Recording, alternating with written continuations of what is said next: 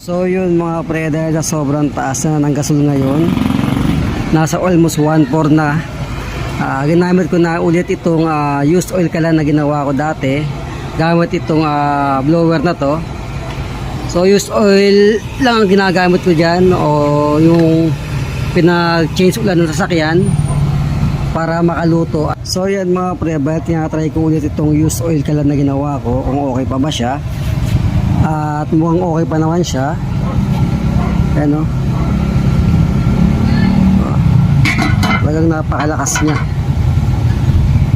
Ayan mga pre, nakita nyo naman na napakalakas ng apoy o.